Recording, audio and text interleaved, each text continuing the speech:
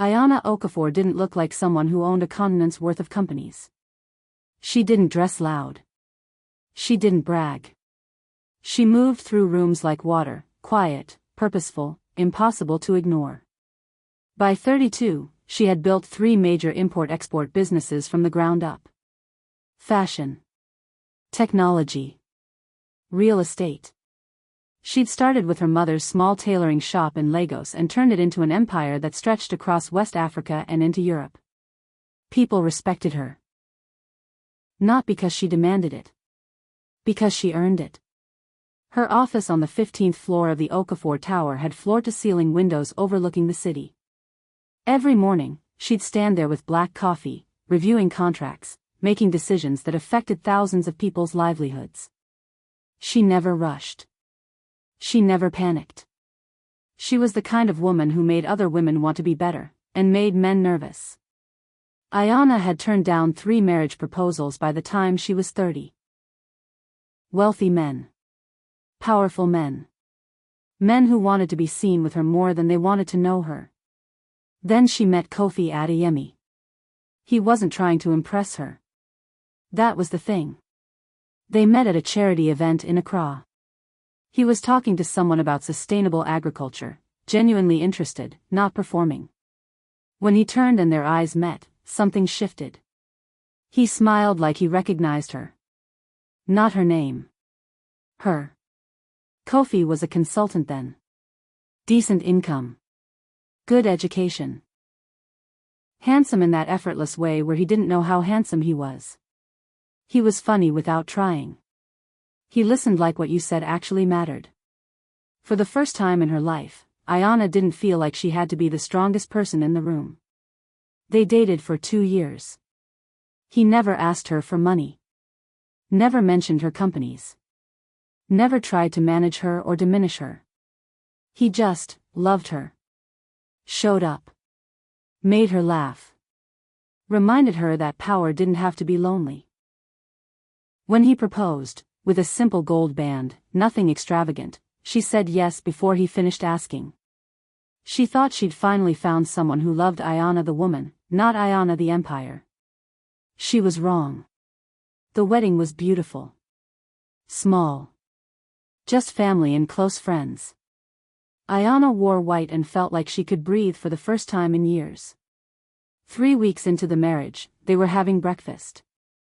Kofi brought it up casually, almost like he'd been thinking about it for a while. "I've been thinking," he said, stirring his coffee. "We're married now.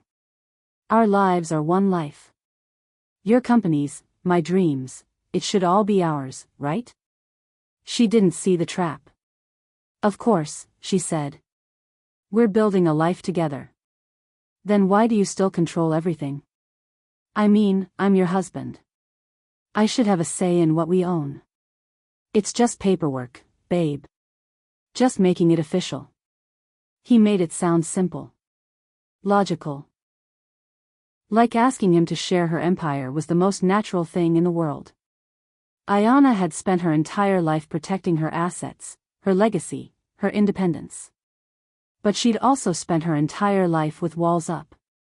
With Kofi, those walls came down. For the first time, she thought, why not? "Okay," she said. She signed the transfers. Companies. Bank accounts. Investment portfolios. Property deeds. Everything she'd built, every sleepless night, every calculated risk. She moved it all into his name. Her lawyer had warned her. Her business partner had warned her. Even her best friend sat across from her at dinner and said, "Ayana, I don't care how much you love him. You don't do this." But Ayana believed in him. She believed in them. She thought love meant trust. She thought trust meant safety. The change was subtle at first. Within a month, Kofi started going to her business meetings. Not with her, as her. He'd sit at the head of the table while she sat beside him. Partners who'd worked with Ayana for years suddenly started directing their questions to him. He didn't correct it. Neither did she, not at first. Then came the articles. Entrepreneur Kofi Adeyemi takes over family empire. The man behind the Okafor companies. Every interview, every announcement, every success was credited to him. The public didn't even know who Ayana was anymore. She'd become Kofi's wife. When she brought it up, he'd laugh. Does it matter who gets credit? We're a team. Why are you being so insecure? Insecure. As if she hadn't spent 15 years building what he now owned. At night, she'd watch him reviewing her contracts, with a satisfied smile. Like he was finally where he belonged. And something in his eyes had changed. The softness was gone. It was at a charity gala, the same place where they'd met, that Ayana first noticed her. Min Seo-rin. She was Korean, elegant, the kind of beautiful that made people stop mid-conversation. She moved through the crowd with practiced grace, and somehow, she kept ending up near Kofi. Ayana watched as Seo-rin touched his arm while laughing at something he said. Watched as he leaned in close, his hand on the small of her back. Watched as he introduced her to his business partners, his partners, with the kind of pride he used to save for Ayana. Who is that? Ayana asked quietly. Kofi barely glanced over. Just someone from work. Why? Are you jealous of her? He said it like her concern was ridiculous. Childish. Beneath him. But Ayana had built an empire by reading people. And she could read exactly what was happening. Seo-rin wasn't just someone from work. She was a beginning. Ayana went home that night and stared at the marriage certificate, the deed transfers, the documents that had made her homeless in her own life. She'd given everything to the man she loved. And he was already giving her away. If you felt that pit in your stomach watching Ayana's world crumble, if you recognized yourself in her trust, her vulnerability, her belief that love meant safety, this story gets darker. Because Seo-rin isn't just competition. She's the weapon Kofi chose to destroy her completely. And Ayana's breaking point is coming. Subscribe and turn on notifications. What happens next will make you believe that some betrayals demand a reckoning. This is only the beginning of her story. 2 months after the gala, Ayana took a pregnancy test at 5 a.m. Positive. Her hands shook. Not from fear. From joy. A baby. Their baby. She imagined Kofi's face when she told him. She imagined holding something that came from both of them, something that proved their love was real, that what they'd built meant something. She waited until he came home from the office. When he walked through the door, she was standing in the kitchen in the dress he liked. Candlelight. Wine for her, sparkling cider, actually. She wanted to tell him in a moment he'd remember. Kofi, Not now, Ayana.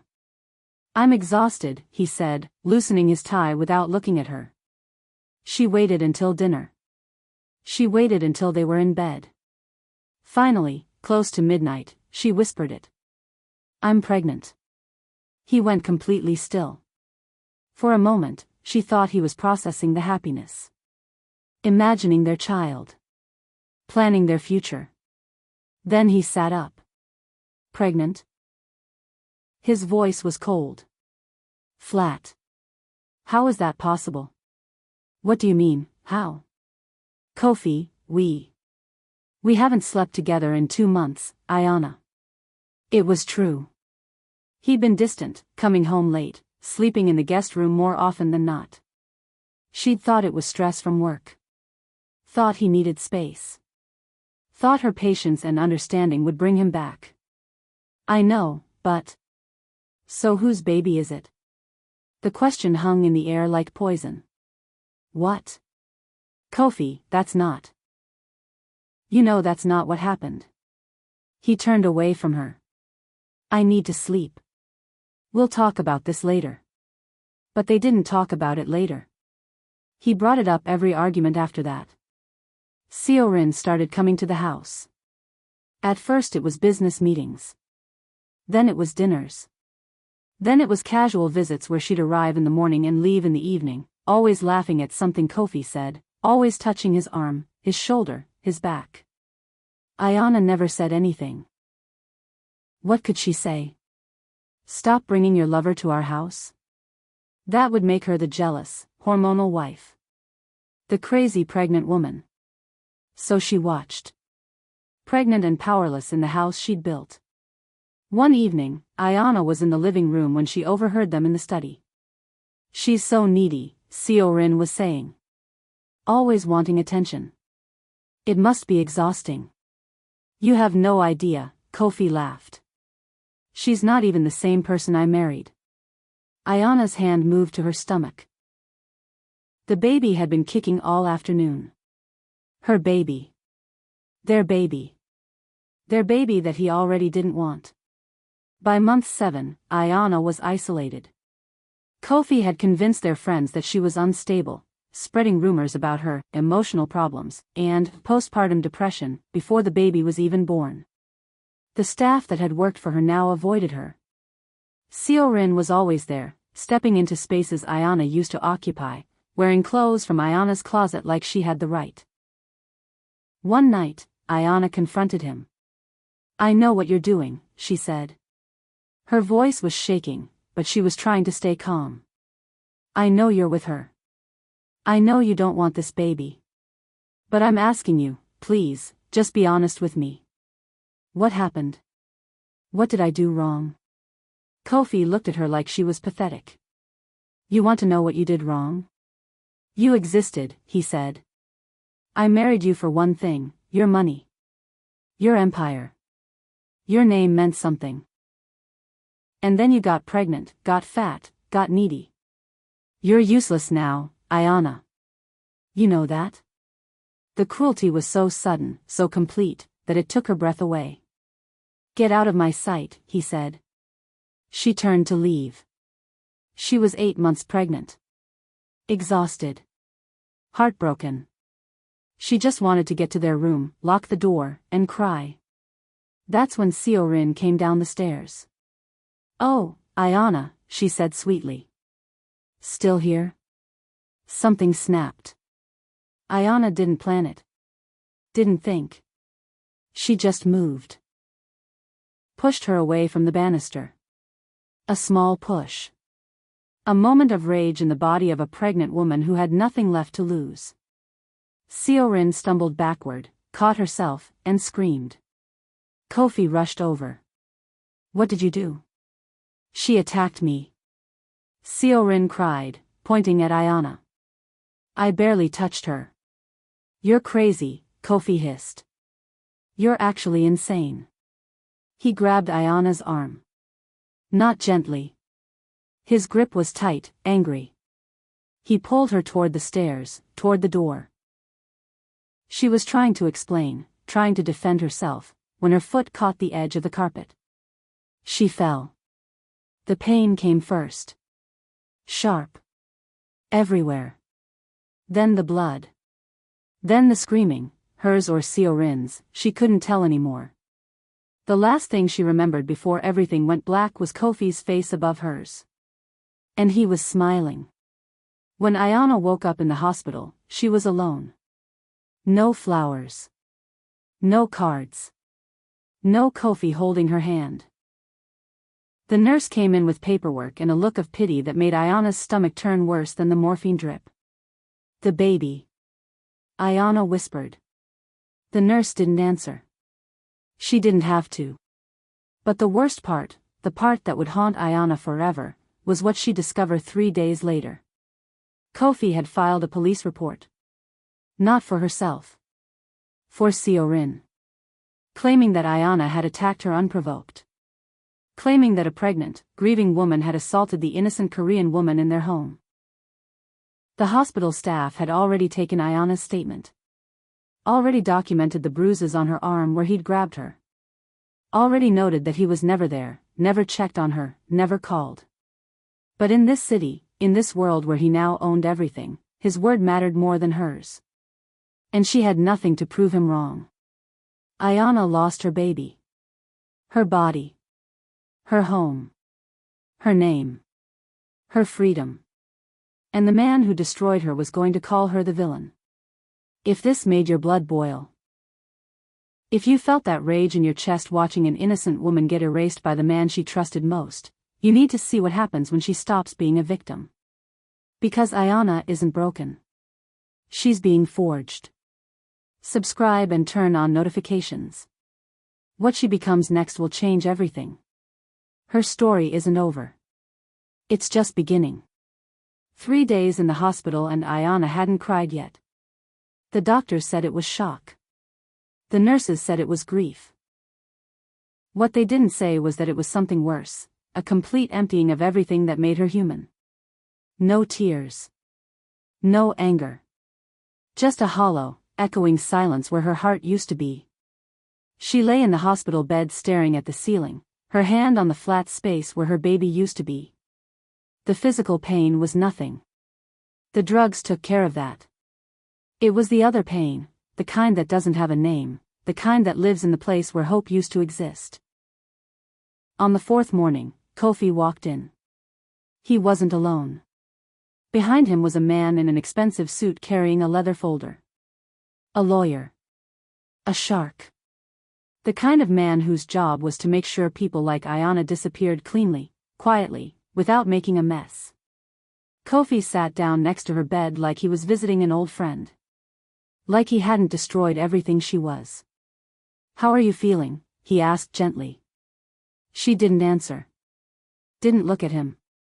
"Listen, I know things have been difficult," he continued, placing his hand on hers.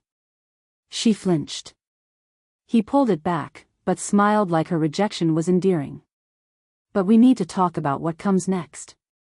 For both of us." The lawyer opened the folder. "You have 2 choices," the lawyer said in a voice that made everything sound reasonable. "You can fight this. Take it to court. Drag out a messy divorce, make accusations, try to prove things. It'll take years. It'll be humiliating. And honestly, Mrs. Adeyemi, the evidence suggests you attacked your husband's colleague. That's a legal liability." He slid papers across the bed toward her. "Or," he continued, "you accept Mr. Adeyemi's generous settlement and move forward with your life." The settlement was 50 million naira. To anyone else, it would be a fortune. To Ayanna, it was insult wrapped in the language of mercy. 50 million for an empire worth billions. 50 million for her body. 50 million for her silence. "He's being very fair," the lawyer said. "Given the circumstances." Kofi leaned in close. His voice was soft, almost tender. "I could give you nothing, Ayanna. You know that, right? I could take everything. But I'm not going to do that. I still care about you." The lie was so complete, so perfect, that it almost worked. "There's one condition," the lawyer added, sliding another document across. "You sign an NDA. You don't speak about your marriage. You don't discuss the settlement. You don't tell anyone what happened. You disappear.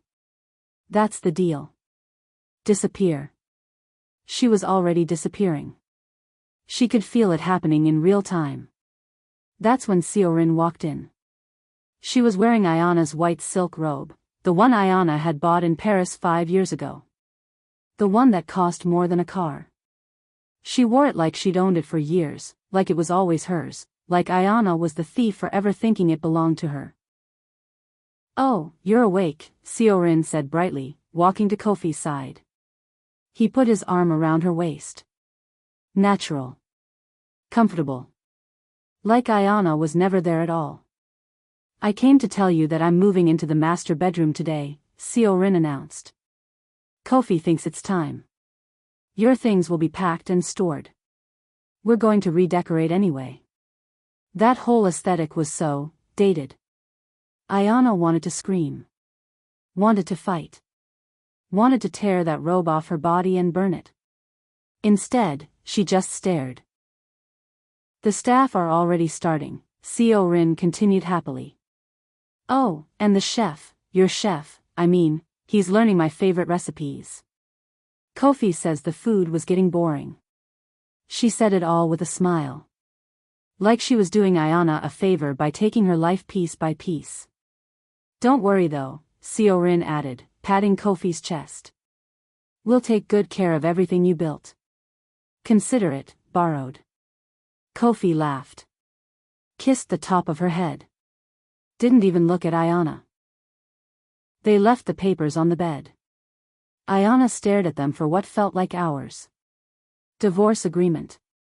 Settlement terms. NDA. Medical confidentiality waiver. Each document another brick in the wall they were building to bury her alive. A nurse came in to check her vitals. Do you need me to call someone? The nurse asked gently. Family? A lawyer of your own? Ayana shook her head. Who would she call? Her mother was dead. Her friends had abandoned her. Her lawyers worked for Kofi now. He owned them the same way he owned everything else. There was no one. She picked up the pen. Her hand shook as she signed. Page after page after page. Signing away the right to tell her own story. Signing away her claim to what she'd built. Signing away her voice. The last signature was on the NDA. You are not permitted to discuss the terms of this agreement, the events leading to this agreement, or your relationship with Kofi Adeyemi under any circumstances. Violation will result in immediate prosecution. She signed her name. Ayana Okafor. The last time anyone would hear it matter. When she was discharged from the hospital 2 days later, there was a car waiting. Not one of hers. A car that Kofi had arranged. The driver had instructions, take her to a modest apartment across town. 1 bedroom. Furnished. Paid for by the settlement for exactly 6 months. After that, she was on her own. As they drove away from the hospital, Ayana watched the city pass by through the window. The buildings she'd invested in. The streets where her companies operated. The life she'd built, now belonging to someone else. She had 50 million naira in an account she couldn't touch without violating the NDA. She had no job. No references. No name that meant anything anymore. And she had something else. A document she'd kept hidden while signing everything else. A letter from her mother's lawyer. Opened after her mother died, but never read. Instructions. A contingency plan her mother had set up years ago, just in case. It was the only thing Kofi didn't know she had. The only thing that could save her. Ayana lost her empire. Her body. Her child. Her voice. She was erased legally, financially, and publicly by the man she loved. But erasure isn't the same as defeat, not for a woman like Ayana. If you felt that rage watching her sign her own destruction, if you wanted to reach through the screen and shake her awake, you need to see what happens when she finds out the truth about her mother's insurance policy. Because Ayana isn't dead. She's not even broken. She's just been dormant. Subscribe and turn on notifications. What comes next will change everything you thought you knew about this story. Ayana's silence is almost over. The apartment was beige. Everything in it was beige. The walls, the furniture, the curtains. Even the air felt beige, stale, and used, like no one had breathed in this space in a very long time. Ayana stood in the doorway with one suitcase. One. That's all they'd let her take from the mansion. The rest of her life, her clothes, her books, the jewelry her grandmother gave her, all locked away in rooms she built but could no longer enter. She was supposed to feel grateful. This was kindness, according to Kofi. This was mercy.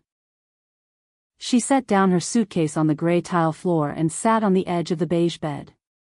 The springs creaked. The room was so quiet she could hear her own heartbeat.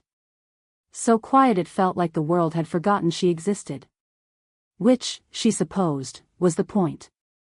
Day 2, she tried to access her accounts. The settlement had been deposited into a special trust. A lawyer's letter arrived explaining that she could withdraw small amounts, enough for groceries, rent, basic living expenses. But the full 50 million? That was frozen until specific conditions were met. Conditions that included never speaking about Kofi. Never pursuing legal action. Never telling anyone what happened. She was being paid to disappear. And if she tried to do anything else, the money would be clawed back, and she'd be sued for breach of contract. She had maybe 2,000 naira in her pocket. The apartment's rent for 6 months was paid. After that, nothing. Ayana picked up her phone to call her lawyer, someone who had worked for her for 7 years, someone she'd trusted, and got a cold, professional response. "I'm sorry, Ms. Okafor. I can't represent you anymore. Mr. Adeyemi has retained our firm exclusively. There's a conflict of interest." She called her accountant. Same response. Her business partner from the tech company. The phone rang and rang until it went to voicemail, and she never called back. Every person she'd trusted, every relationship she'd built on respect and years of loyalty, had been purchased by Kofi with the flip of a checkbook. He didn't just take her empire. He took everyone in it. The staff still worked at the mansion. Ayana knew some of them for years. She'd hired them. Paid for their children's education. Brought them back gifts from her travels. She'd treated them like family, and they'd treated her like family, until she wasn't the one signing their paychecks anymore. She went back once. Just once. She needed something, a document, a file, something that proved she'd existed before Kofi erased her. The gate guard wouldn't let her in. "I'm sorry, madam. Mr. Adeyemi's orders. You're not to enter the property." She went to the side entrance where she used to bring coffee to the kitchen staff on cold mornings. The chef who'd worked for her for 5 years saw her through the window and actually locked the door.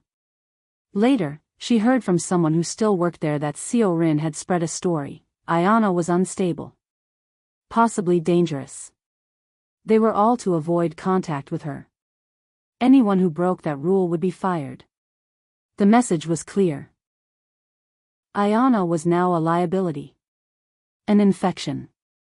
A threat. She was not just erased. She was poisoned. 3 weeks into the apartment, her phone rang. It was her mother's neighbor. "Ayana, it's your mother.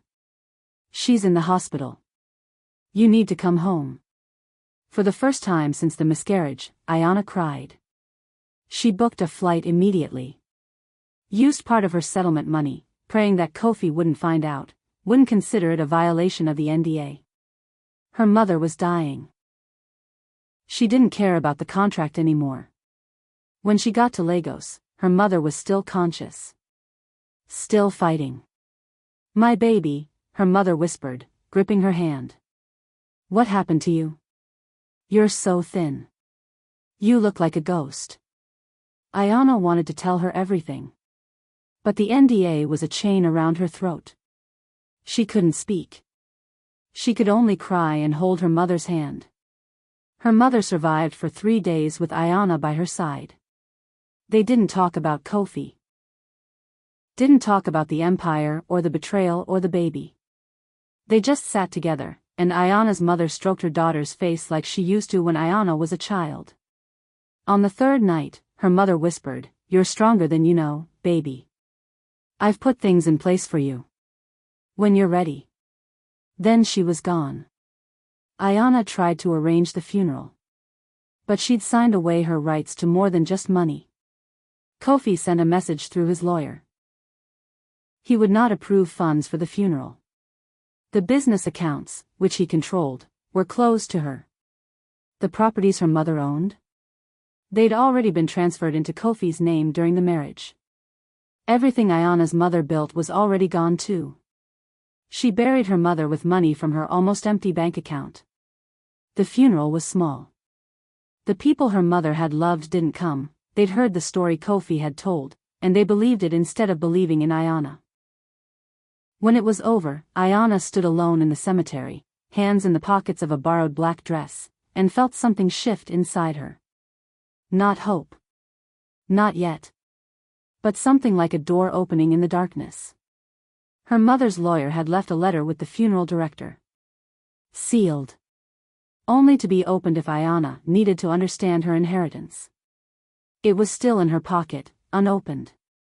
Ayanna went back to the apartment in that beige city where she knew no one. She sat on the edge of the beige bed in the silent room and finally opened the letter. Inside was an address. A lawyer's name. And one sentence in her mother's handwriting. Everything they took from you, they took illegally. I made sure you'd know. Attached was a file. A list of properties, investments, and accounts that had been transferred to Kofi without Ayanna's knowledge or consent. Dates. Amounts. Proof that everything, her empire, her mother's legacy, had been stolen through fraud. Ayanna's hands shook as she read. She'd spent weeks thinking she was powerless. That she had nothing. That Kofi had won completely. But her mother had seen this coming. Her mother had left breadcrumbs. And now, sitting alone in a beige apartment with nothing but a letter and a list, Ayanna realized something terrifying. She finally had a reason to fight. And this time, she wouldn't be fighting alone. Ayanna's mother died without seeing justice. Died watching her daughter disappear. Died knowing that everything she'd built would be stolen by the man her daughter loved. But she left one final gift, the truth. If you felt that shift in your chest, if you realized that Ayanna just went from victim to dangerous, you understand what comes next. She's not looking for forgiveness anymore. She's looking for reckoning. Subscribe and turn on notifications. Ayanna is about to meet the only man in the world who can help her burn it all down. Everything changes now. 6 months became a year. The apartment's rent stopped being paid. Ayanna didn't panic. She just left. She'd become very good at leaving things behind. She moved into a smaller place, a room in a shared house with people who didn't ask questions because they had too many problems of their own. She got a job at a supermarket, stacking shelves. The manager didn't care who she was. He didn't care that she used to own companies. He cared that she showed up on time and didn't steal. That was enough. The physical pain from the miscarriage never fully went away. Some days her back screamed. Some days her legs gave out. The doctors said it would improve with time. Time came and went. The pain stayed. She moved through the world like a ghost moving through a living room. Present but untethered. Visible but not seen. People at the supermarket called her Mississippi. Not by name. Just, Miss, can you restock the cereal? She didn't correct them. Names belonged to people who mattered. She didn't matter anymore. The lawyer's letter was still in her drawer. The one with the proof of fraud. The evidence that Kofi had stolen everything illegally. The ammunition her mother had left her. Ayanna looked at it sometimes. Picked it up. Put it back down. She'd spent a year thinking about what to do with it. She could hire a lawyer. Take him to court. Fight for what was hers. But lawyers cost money she didn't have. And Kofi had made sure every lawyer in this city was either working for him or afraid of him. More than that, she was tired. Tired of fighting. Tired of explaining. Tired of begging for justice in a system that had already decided her story didn't matter. The NDA was still a chain around her throat. If she opened that letter and used that evidence, Kofi would sue her. He'd have the resources to drag it out for years. She'd lose again. She'd lose differently, but she'd lose. So she left the letter in the drawer. And she stopped thinking about winning. The alley was dark.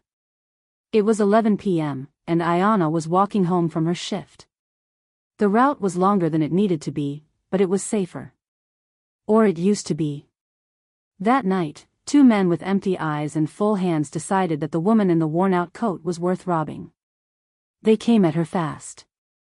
One grabbed her shoulder. The other went for her bag. Ayanna didn't fight. Fighting required energy, and she'd used up all her energy trying to survive. She let go of the bag. Let them have it. It had 5 naira in it anyway. But the first man didn't let go. He threw her against the wall. The brick scraped her face. She felt blood, warm and fast. She felt him reaching for her throat and thought, this is it. This is how the story ends. Not with a bang. With nothing. Then someone screamed. It wasn't her. It was the man holding her. He was flying backward, crashing into the concrete so hard the air left his body. His friend ran. And the man was bleeding, gasping, trying to understand what had just happened. Standing over him was someone Ayana's broken mind couldn't quite process. A man. Tall. Expensive coat. The kind of beautiful that comes with danger. He was looking down at the mugger with an expression of such complete indifference that Ayana realized the man on the ground should be grateful he was still alive. The dangerous man turned to look at her. His eyes scanned her face. The blood. The torn coat. The way her body flinched even though he hadn't moved. He saw everything in one moment, the way certain people can see things that other people miss. Are you hurt? His voice was quiet. Controlled. The kind of voice that doesn't need to be loud because people listen anyway. Ayana didn't answer. Couldn't answer. She was staring at his hands. They were clean. But she could feel, somehow, that they weren't. That they'd done terrible things. That this man standing in front of her was more dangerous than anyone who'd ever hurt her. Which meant he was the first person in a very long time who might actually be able to help. What's your name? He asked. Does it matter? She whispered. He smiled. Just slightly. Like she'd said something funny. No, he said. I suppose it doesn't. Not yet. He helped her home. Not physically, he didn't touch her again. He just walked beside her, and somehow, having him there made the streets feel less empty.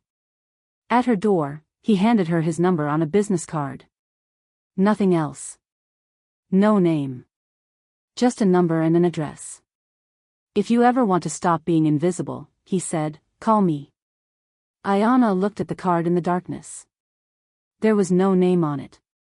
Just a phone number and an address in a part of the city where she didn't dare go. She put the card in her pocket. That night, lying in her room in the shared house, Ayana felt something she hadn't felt in a year, curiosity. Not hope. Not yet. But the first crack in the wall she'd built between herself and the world. The letter from her mother was still in the drawer. The evidence was still there. But so was this card. This man who'd appeared like a shadow and looked at her like she was something worth saving. Or something worth using. Either way, for the first time since Kofi had erased her, Ayana wondered if there was a difference. 3 days later, Ayana called the number. A woman answered. Professional. Cold.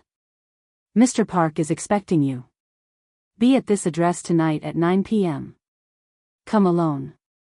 Ayana hung up and stared at her reflection in the bathroom mirror. She barely recognized the woman looking back. Thin. Scarred. Broken. But her eyes were different now. They had something in them that hadn't been there before. Not hope. Not rage. Something much more dangerous, purpose. She didn't know what Park Ji-hoon wanted. Didn't know if trusting him would be her salvation or her final destruction. But she was about to find out. And this time, she wasn't going to say no. Ayana hit rock bottom. She stopped fighting. Stopped hoping. Stopped believing she deserved anything better. Then a stranger with dangerous eyes appeared in an alley and changed everything with 5 words. If you ever want to stop being invisible. If you felt that shift, if you realize that Ayana is about to transform from victim into something else entirely, you understand what comes next. She's about to walk into a room with the most powerful man she's ever met. And nothing will ever be the same. Subscribe and turn on notifications. The real story starts now. Ayana is about to wake up. The building was too tall. Too clean. The kind of place where money didn't just live. It was born there, multiplied there, became something untouchable. Ayana took the elevator to the 42nd floor. Her hands shook. She told them not to. They shook anyway. The doors opened to an office that made her old office look like a child's playroom. Floor-to-ceiling windows. The entire city sprawled below like it belonged to him. Which, she would learn, much of it did. Park Ji-hoon was sitting behind a desk made of dark wood and silence. He didn't look up when she entered. He was reading something, a file. Her file. She recognized her own face on the photograph attached to the document. He took his time. Made her wait. Didn't acknowledge her until he was finished with the last page. When he finally looked up, his eyes were different than they'd been in the alley. Softer. More dangerous. Ayana Okafor, he said, pronouncing her name like he'd been saying it his whole life. Born in Lagos. Built 3 companies by 32. Married a man named Kofi Adeyemi at 34. Lost everything by 35. She didn't move. Didn't breathe. You also lost a baby, he continued, closing the file. And your mother. And every person you thought was loyal to you. That's a lot of loss for 1 year. How did you get this information? He smiled slightly. I have people. Many people. People who find things. People who fix things. People who make problems disappear.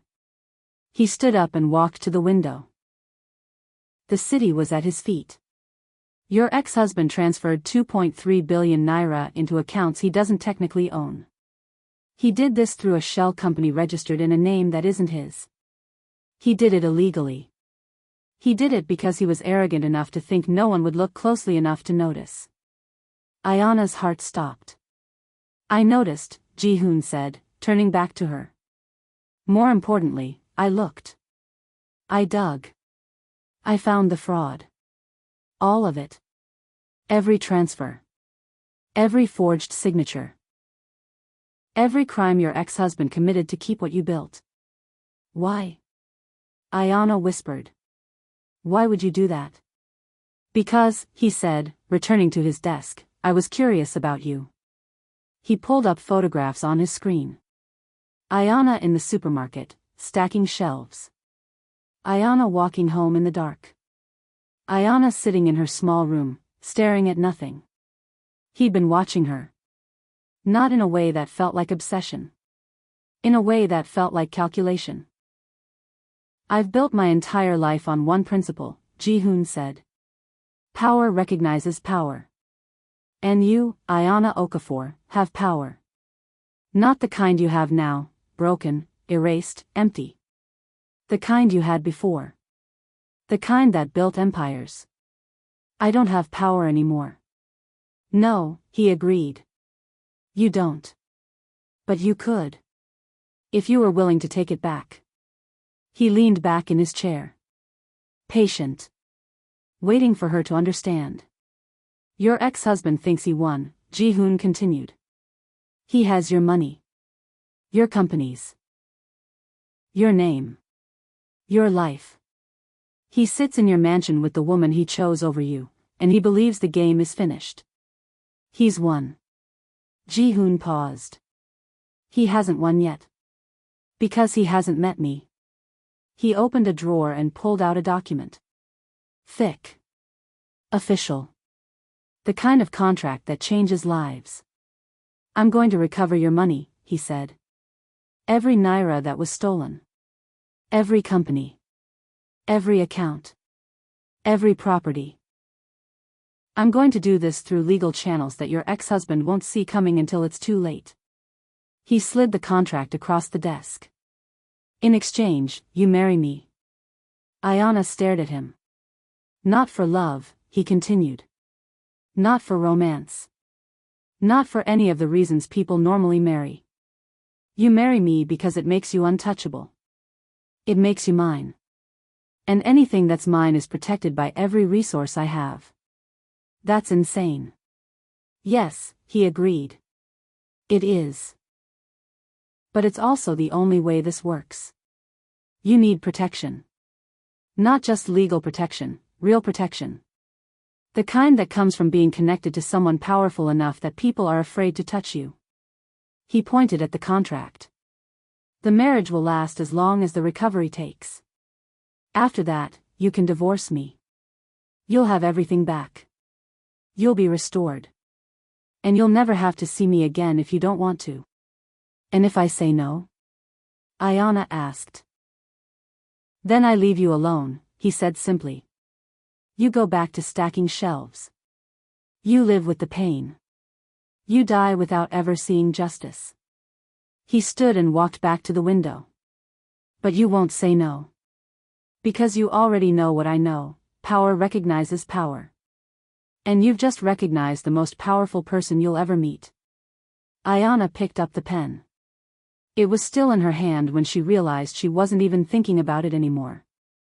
Her body knew what her mind was still denying. This was salvation. This was the only path forward. This was the woman she used to be, the one who made hard decisions, coming back to life. She signed her name, Ayanna Okafor. When she finished, Ji-hoon placed a wedding band on the table. Simple. Elegant. Expensive beyond measure. We marry in 3 days, he said. Then the recovery begins. Ayanna looked at the ring. At Ji-hoon. At her own signature on the contract. Why do you care? She asked. Why risk this for someone you don't know? Ji-hoon smiled. That small, dangerous smile that meant she'd asked the right question. Because, he said, I have everything except one thing, a wife who understands that power isn't about love. It's about control. You understand that now. You understand it in a way that very few people ever will. He walked toward her. Besides, he continued, I've always wanted to see what happens when you put two powerful people together and tell them to destroy someone who hurt them both. I never hurt you, Ayanna said. No, he agreed. But he's about to hurt me. By existing. By breathing the same air as my wife. He extended his hand. Welcome home, Ayanna Adeyemi. 3 days later, they stood in a courtroom with 2 witnesses and a judge who asked no questions. Ayanna wore white. Not because it was traditional. Because it was armor.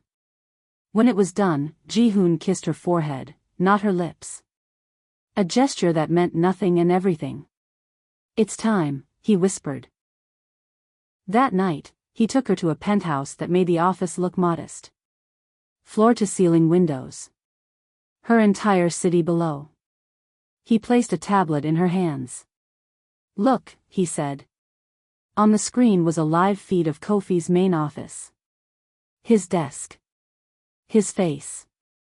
His completely unaware expression as he reviewed documents, thinking himself untouchable. They don't know we're coming, Ji-hoon said quietly. But they will. Soon. Ayanna watched her ex-husband on the screen. The man who destroyed her. The man who'd won. For the first time in a year, she smiled. Not warmly. Not hopefully. The smile of a woman who just realized that the game wasn't over. It was just beginning. Ayanna walked into that office broken and invisible. She walked out as the wife of the most dangerous man in the city. If you felt that shift, if you realized that Ayanna just stopped being a victim and became a weapon, you understand what comes next. She's not just going to recover her empire. She's going to dismantle Kofi Adeyemi piece by piece. And this time, she's not doing it alone. Subscribe and turn on notifications. The real reckoning starts now. Kofi Adeyemi has no idea what's coming for him. The penthouse had a doctor. Not just any doctor, a specialist who came 3 times a week to assess the damage Ayanna's body had suffered. The miscarriage had left scars. Physical ones that showed up on ultrasounds and X-rays.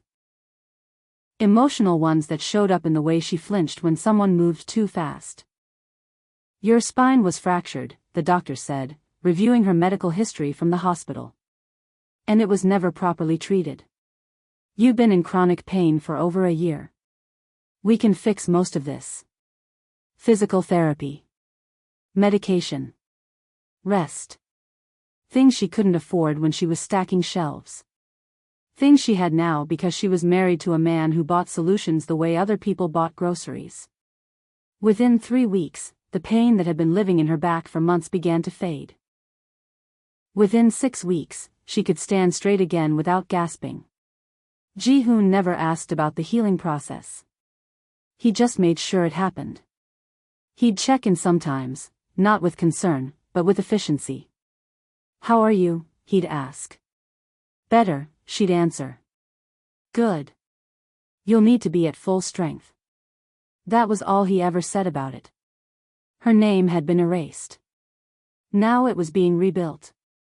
Not as Ayana Okafor, that woman was legally dead, buried under an NDA and a settlement. Now she was Ayana Park. Mrs. Park Ji-hoon Park. The wife of the city's most powerful man. But this version of Ayana was different. Ji-hoon's team, lawyers, accountants, strategists, worked quietly to reconstruct her identity. New bank accounts. New credentials. New history. She was being rebuilt as someone new while carrying everything the old Ayana had learned. They brought her documents. Financial records. Evidence of fraud that made her hands shake when she read it. Kofi had forged her signature on at least 30 transfers. He'd created shell companies in names she'd never heard of. He'd systematically stolen not just her current wealth, but her future earnings.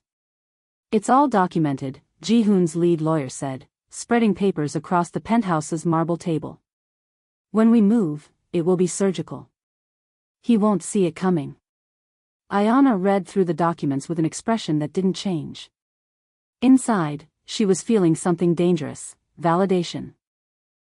She hadn't imagined the theft. It was real. It was provable. It was going to destroy him. 3 months into the marriage, Kofi's first company received an audit notice. It was random. Or seemed random. Routine regulatory compliance, the letter said. Nothing to worry about. But there was plenty to worry about. Within 2 weeks, irregularities were found. Money transferred without authorization. Documents that didn't match.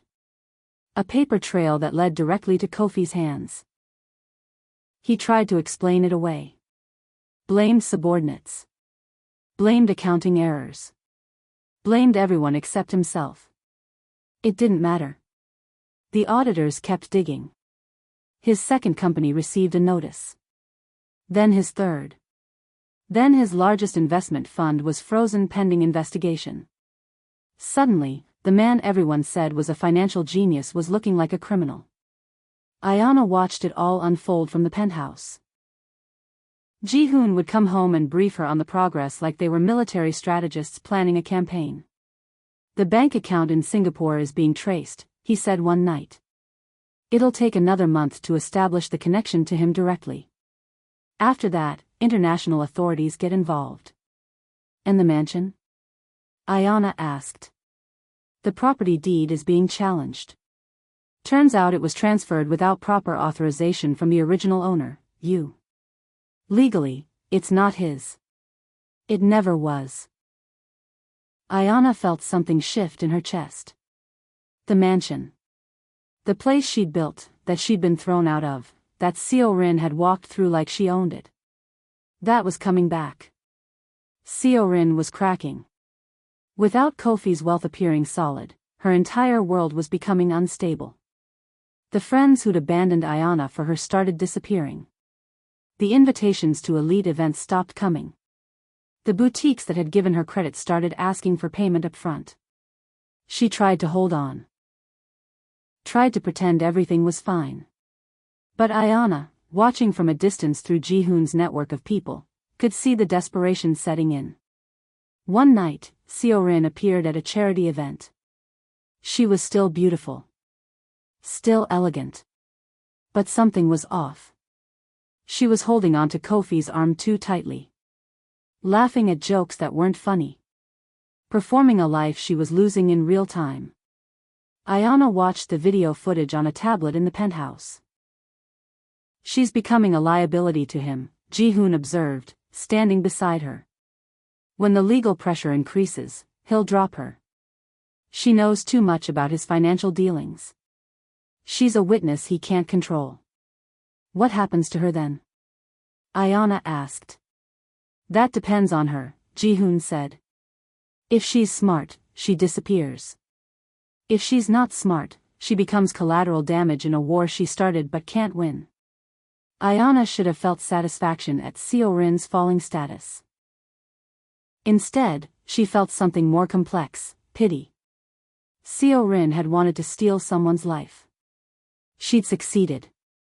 And now she was discovering that a stolen life never holds together. 6 months after the marriage, Ji-hoon called Ayana into his office. On his desk was a thick file. His expression was unreadable. We're ready, he said simply. Ready for what? For the final phase. The legal proceedings to recover everything. Once we file these documents, Kofi Adeyemi will be indicted for fraud, embezzlement, and asset misappropriation. His companies will be liquidated. His accounts will be frozen. He'll lose everything. He paused. And you'll get it all back. Ayana opened the file. Her name was there. Ayana Okafor. The woman who'd been erased was about to be resurrected. Not just resurrected, vindicated. When? She asked. Tomorrow. At 9 a.m., the first charges will be filed. By noon, his assets will be frozen. By evening, he'll know he's finished. Ayana looked at the file. At her signature. At the beginning of the end. And then, she asked. Ji-hoon stood and walked to the window. The city was below them, still belonging to him. And then, he said, you watch him fall. You watch his life collapse the way yours did. You watch him understand, in real time, that power isn't about what you have. It's about what you can take away. He turned back to her. But you already knew that, didn't you? That night, Ayana stood in the penthouse's master bathroom and looked at her reflection. She didn't recognize the woman looking back. Not because she looked different, though she did. Her body was healed. Her eyes were clear. Her posture was straight. But it was something else. Something in the way she held herself. Something that said, I'm ready. She was dressed in black. Elegant. Simple. The outfit of someone about to watch the world burn. On the news that morning, the headline would be unavoidable: prominent businessman Kofi Adeyemi arrested on fraud charges. By afternoon, Ayana would be legally restored to ownership of her companies. But tonight, in the darkness before the storm, Ayana allowed herself one moment. She opened her phone and pulled up a video from 3 weeks ago. Kofi and Seo-rin, leaving a restaurant. Looking happy. Looking untouchable. She watched it for exactly 10 seconds. Then she deleted it. She didn't need to watch him anymore. Didn't need to track him. Didn't need to keep score. Because tomorrow, he would finally understand, the woman he'd erased had been preparing. And she was coming back. Not as a victim. Not as someone asking for mercy. As his reckoning. Ayana spent 6 months healing while Ji-hoon's empire quietly dismantled Kofi's entire world. She watched as the man who destroyed her crumbled under the weight of his own crimes. She watched as the woman who replaced her was discarded like trash. She watched as everything he stole was documented, traced, and prepared for recovery. And she did it all without him ever knowing her hand was there. If you felt that satisfaction building, if you realized that the real revenge isn't loud, it's methodical and patient, you understand what happens tomorrow. Kofi Adeyemi is about to lose everything. And Ayana is about to step back into her throne. Subscribe and turn on notifications. The reckoning begins at 9 a.m. Ayana's empire is about to be hers again. The news broke at 9:47 a.m. Kofi Adeyemi was arrested at his office. Not dragged out in handcuffs by police, that would have been too obvious. Instead, federal agents arrived with a warrant, and he walked out calmly because he still believed, right up until the car door closed, that this was all a mistake. A misunderstanding. Something his lawyers could fix. His lawyers couldn't fix anything. The charges were overwhelming. Fraud. Embezzlement.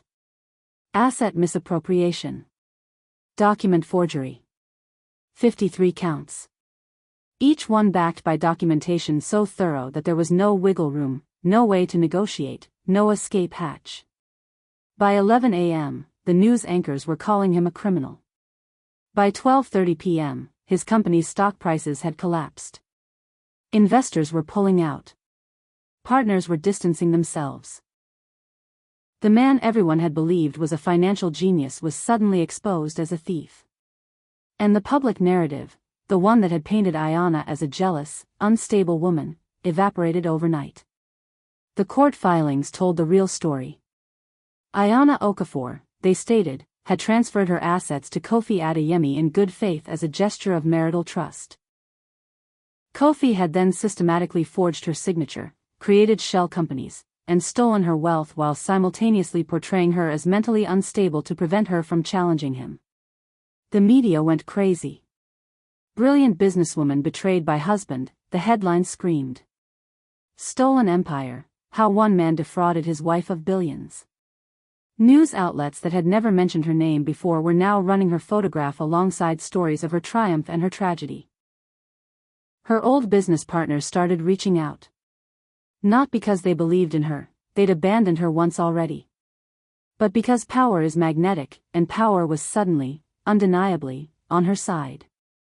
Journalists started investigating the miscarriage. Started asking questions about what really happened that night. Started pulling threads that unraveled Kofi's entire defense. One major publication published a photo series, Ayana, then. Ayana, now. The transformation was complete.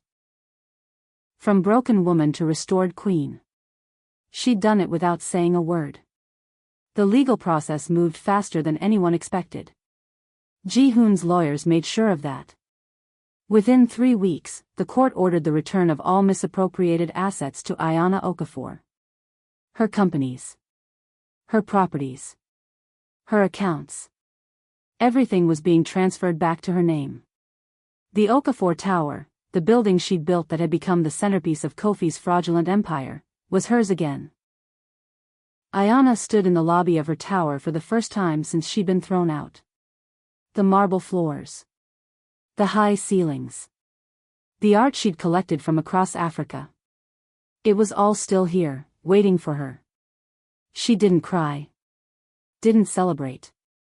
She simply walked through the space like she was remembering something she'd always known. This had always been hers. The courts had just finally caught up to reality. In the penthouse office, the one where Kofi had sat pretending to own the world. She found something waiting on the desk. A single item. A key. The key to the mansion. She picked it up and smiled. Seo-rin tried to run. Once Kofi was arrested, she attempted to distance herself. Released statements saying she was a victim of his manipulation. Hired lawyers to prove she had no knowledge of his crimes. Tried to rebuild her social standing by claiming she'd been used. It didn't work. The evidence showed she'd known. Not everything, maybe, but enough.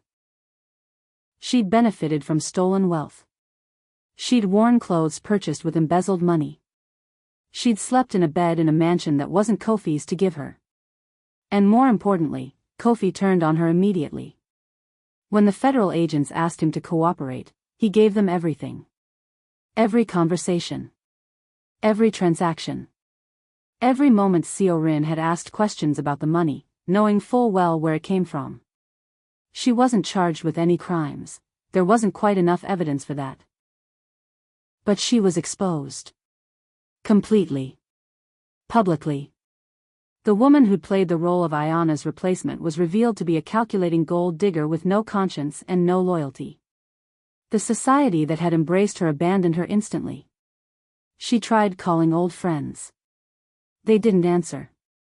She tried attending events. She wasn't on the lists. She tried to reclaim her career as a model and designer. No one would work with her. The scandal had made her radioactive.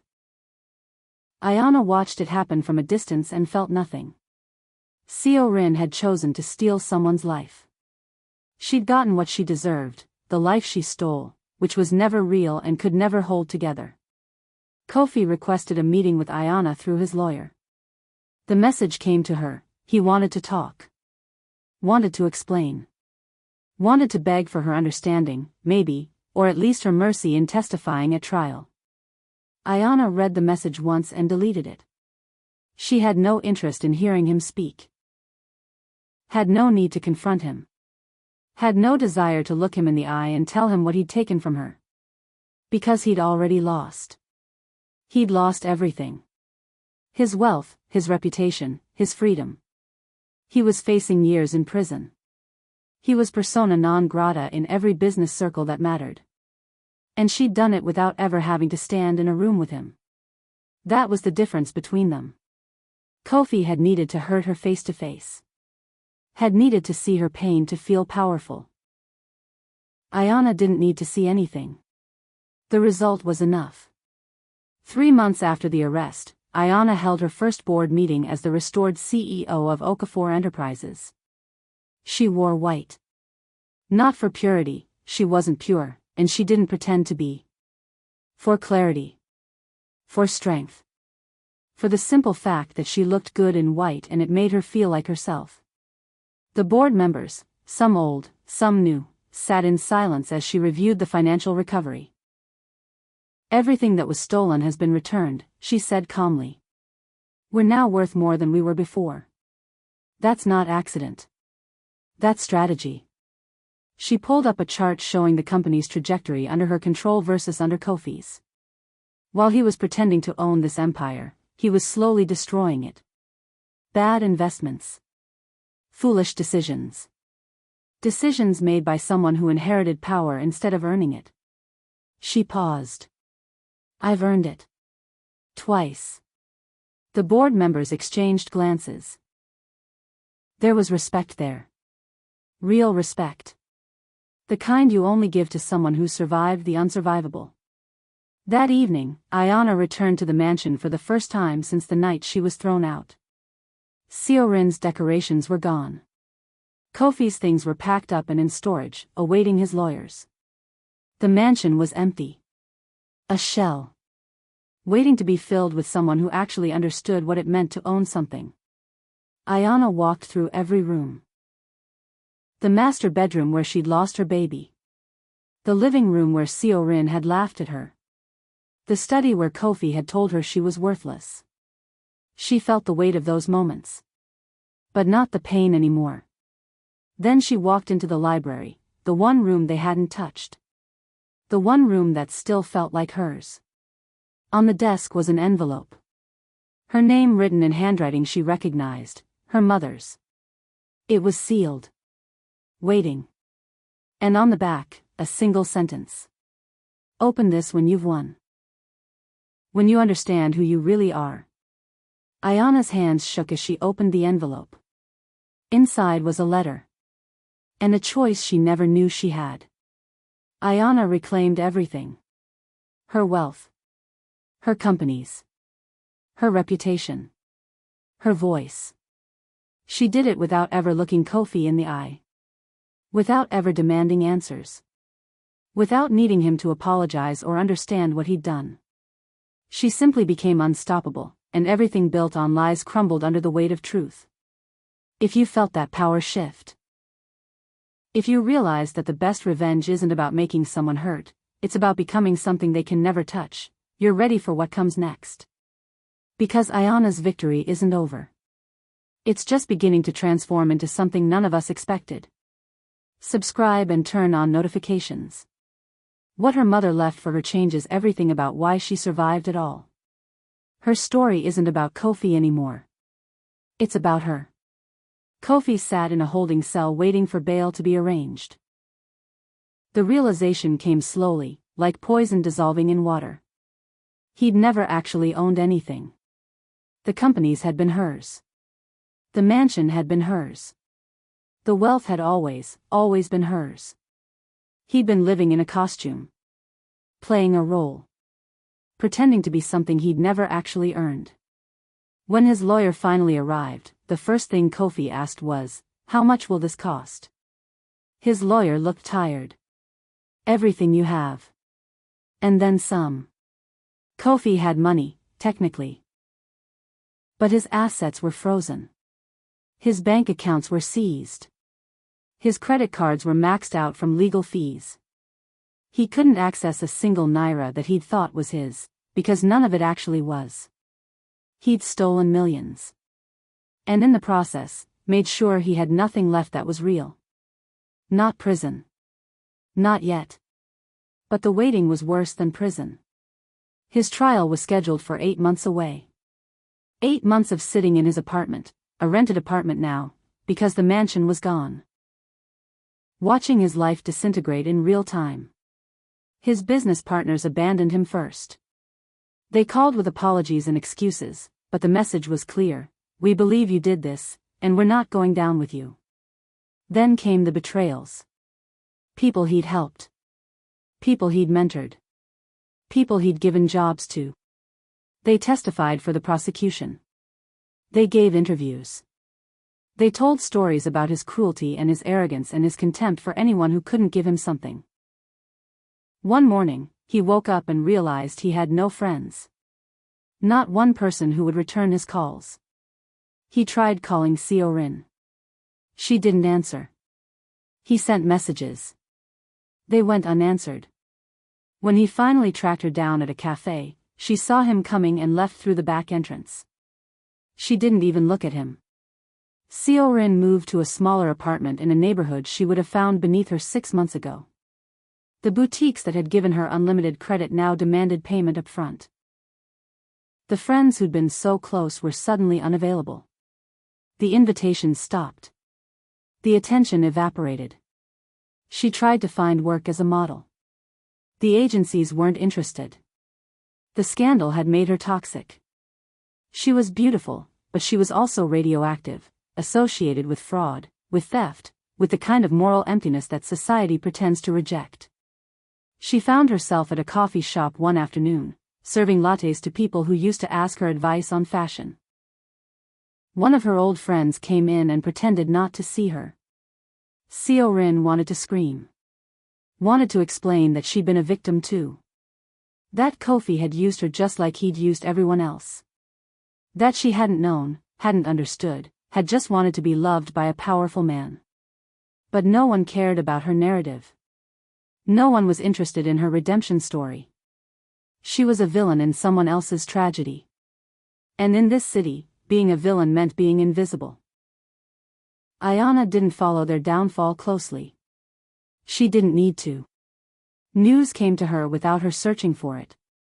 Kofi had been fired from his holding cell job in the court custodian office. Rin had been seen working in a salon in a neighborhood no one from her old life would ever visit. Their names appeared in gossip columns only as cautionary tales. Their existence had become a warning to others about what happens when you steal. But the worst part, the part that truly destroyed them, was that Ayana never seemed to care. She didn't post vindictive messages on social media. Didn't give interviews about her suffering. Didn't perform grief or anger or triumph. She simply lived her life, visible and untouchable, while they became increasingly invisible. She was photographed at charity galas. She was interviewed about her business philosophy. She was photographed with Ji-hoon at international events, the two of them so clearly powerful, so clearly functional as a unit, that people forgot she'd ever been broken. And that indifference was more crushing than any confrontation could have been. Because it meant they didn't matter anymore. They'd been erased from her story entirely. Ayana and Ji-hoon moved through the world together with the ease of people who understood each other completely. They weren't romantic. Ayana knew Ji-hoon had other relationships outside their marriage, casual, discreet, completely separate from what they had together. She didn't care. She had her own life, her own companies, her own independence. What they had was something rarer than romance: respect. Partnership. The kind of connection that comes when two powerful people decide that being together makes them both stronger. They went to events together. Conducted business together. Made decisions as a unit. And everywhere they went, people could see what real power looked like: not loud, not desperate, not performed. Just absolute. Kofi watched it through news clips and gossip websites. Watched the woman he'd destroyed transform into something unreachable. Watched her stand beside a man who made Kofi look like a child playing in his father's suit. The realization was slow. Then it was complete. He'd won a game. But the woman he'd played against had simply walked away and built a different life. A better life. A life with no room for him in it. 3 months before Kofi's trial, he received a letter. It had no return address. Just his name on the envelope. Inside was a single photograph. Ayana at the opening of a new technology center bearing her name. She was standing with Ji-hoon. Both of them were smiling. Behind them was a building. A legacy. A future. Attached to the photo was a note, written in Ayana's precise handwriting. You wanted to know what it felt like to be erased. Now you do. Welcome to the rest of your life. There was nothing else. Kofi stared at the note for hours. Then he understood, this wasn't cruelty. This was mercy. She was telling him the truth he'd been avoiding. His life wasn't ending. It was simply continuing. Forever. In obscurity. In irrelevance. In the permanent knowledge that he'd been given everything and destroyed it all through his own weakness. And Ayana would never think about him again. Meanwhile, in the Okafor mansion, Ayana sat in the library with her mother's letter open in her hands. She'd read it 100 times now. Each time, it changed something in her. Her mother had known. Somehow, years before Kofi, before Seo-rin, before any of this, her mother had written instructions for a future that Ayana would need to survive. The letter explained everything: accounts hidden in her mother's name. Properties held in trust. A contingency empire that Kofi had never even known existed. And most importantly, a choice. Ayana could walk away now. She had everything she'd lost. She could divorce Ji-hoon, live a quiet life, find peace. Or she could do what her mother had planned for her all along. She could build something bigger. Something that wouldn't just restore her, it would change the entire city's power structure. The letter ended with one sentence. You were always meant for this. I just had to wait for you to survive long enough to see it. Ayana set down the letter and looked out the window of the library at her city, her company, her empire, her world. She'd won the game against Kofi. But her mother's real game was just beginning. Ayana didn't destroy Kofi and Seo-rin with violence or confrontation. She destroyed them with indifference. She rose so high, became so powerful, so untouchable, that their continued existence became their punishment. They watched her win everything while they lost everything. And the worst part? She never looked back. If you felt that shift, if you realized that the real pain of defeat isn't in the falling, it's in being forgotten. You need to see what Ayana's mother planned for her. Because Kofi's destruction was just an appetizer. Her mother's blueprint is the main course. Subscribe and turn on notifications. Ayana is about to become something far more dangerous than a woman seeking revenge. She's about to become a legacy. Ayana sat in the library at midnight, her mother's letter spread across the desk in front of her. The hidden empire was real. Investments. Properties. Companies. All held in trust, all waiting for her to activate them. All worth more than her original empire had been. Her mother had built this as a backup. A safety net Ayanna never knew existed. A contingency plan that had taken decades to assemble. She could activate it tomorrow. Become even more powerful. More untouchable. More everything. But there was a condition attached to the letter. Her mother's final instruction. Only take this path if you're doing it for yourself. Not for revenge. Not to prove anything. Only if you've truly moved past what Kofi did and you're building something because you choose to, not because you're running from something. Ayanna read those words over and over. Was she past it? She'd won. She'd been restored. She'd watched Kofi collapse. She'd seen Seorin disappear. By every measure, she should feel vindicated. But vindication felt empty when it was the only thing you were living for. She picked up her phone and called Ji-hoon. Come home, she said simply. He arrived within 20 minutes. He always did. Not because he was obsessed with her, he wasn't. Because he understood that when Ayanna called, something important was happening. She showed him the letter. All of it. The hidden assets. The blueprint. The choice. He read it in silence. What do you want to do? He asked when he finished. I don't know, she admitted. That's why I need you. Ji-hoon set down the letter and looked at her. Really looked at her. You're asking me if you should become more powerful. The answer is yes. But not for the reason you think. He walked to the window. Kofi had power and destroyed it through weakness. Seorin wanted power and died trying to steal it. You have something different, you've earned power through survival. The question isn't whether you should take your mother's empire. The question is, who do you want to be now that you can be anyone? The next morning, Ayanna made a phone call to her mother's trust lawyer. Activate everything, she said. But I want to do it my way. Not as a reaction to what was taken from me. As a creation of what I'm choosing to build. The lawyer was shocked. Most people, given a hidden empire, would take it immediately. Ayanna was restructuring it. Reimagining it. Building it into something her mother had never planned because Ayanna wasn't her mother. She was herself. She spent the next 3 months transforming her mother's blueprint into her own vision. Not companies focused on profit. Companies focused on power redistribution. Taking resources from places they were stagnant and moving them to places they would create opportunities. Building businesses that didn't just make money, they made change. She partnered with Ji-hoon on some initiatives. Stayed completely independent on others. They were allies, not mergers. Powerful people choosing to work together because they respected each other, not because they needed each other. By month 4, the restructured empire was live.